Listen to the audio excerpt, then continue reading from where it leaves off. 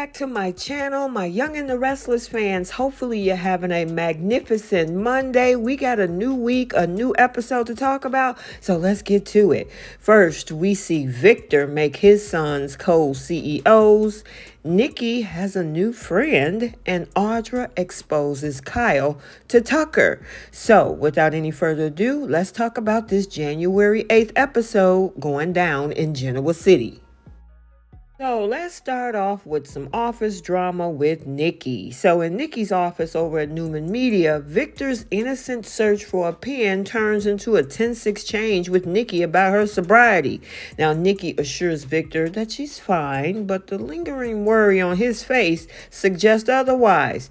As Victor leaves for a meeting with his sons, Nikki is left alone. She pulls out a flask, contemplating the temptation. She decides to meet up with someone. Victor has a grand plan. At a meeting with his sons, Victor unveils his plan for the two of them to become what? Co-CEOs under his guidance?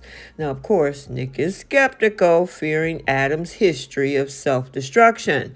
Now, Victor challenges them to work together, and the brothers reluctantly give it a try. Now, the tension is palpable as they start working on this presentation, with Nick expressing his reluctance to collaborate with Adam. However, they start to put two and two together, put their ideas together, and they ended up betting on a brownie, which Adam won, and actually Nick ended up with a smile. Back to Nikki's struggle. Feeling the weight of her family's recent turmoil, Nikki reaches out to her sponsor, Seth, for support. Now, Seth recognizes the danger of Nikki's anger and urges her not to give others power over her. Now, Nikki reflects on her family's support, Victor's hovering, and her ongoing battle with alcoholism. Now, she reveals her secret office flask test to Seth, who advises her to do it for herself. Then we see Victor shows up, and he's like, who this man, Harpo? He didn't know who he was. She never mentioned him before. And of course, they talked about anonymity.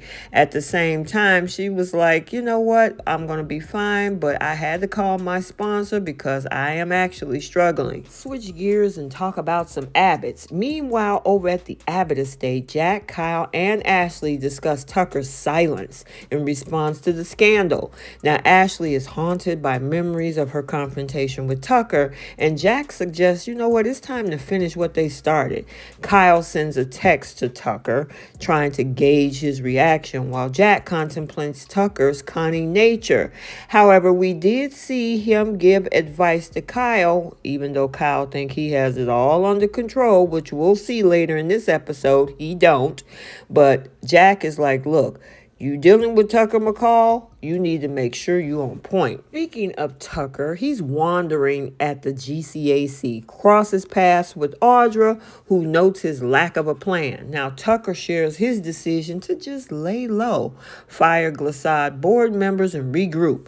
Now, Audra remains loyal to Tucker, expressing a deeper connection with him than with Kyle. She threw him under the bus so fast, telling him all of everything Kyle has planned, and that the fact that she even considered going over to Kyle's side. And of course, the look on Tucker's face like, oh, okay, so that's what he was trying to do. I figured as much, but you know what? I think I got something planned for the both of you. So now Ashley comes in, observes both of them from a distance, and of course Tucker spotted her, and of course Audra was like, oh, her again. At the same time, she turns around and leaves. Tucker stops her. He said, is this still about what happened in Paris? And she claims that he is gaslighting her because their stories are totally different. And like I said in my spoilers over the weekend, somebody is losing it. Who's telling the truth? I guess we got to stay tuned. Okay, so there you have it. As Nikki faces her struggle with sobriety, the Newman family undergoes a significant shift with Victor's surprising decision to make both of his sons co-CEOs.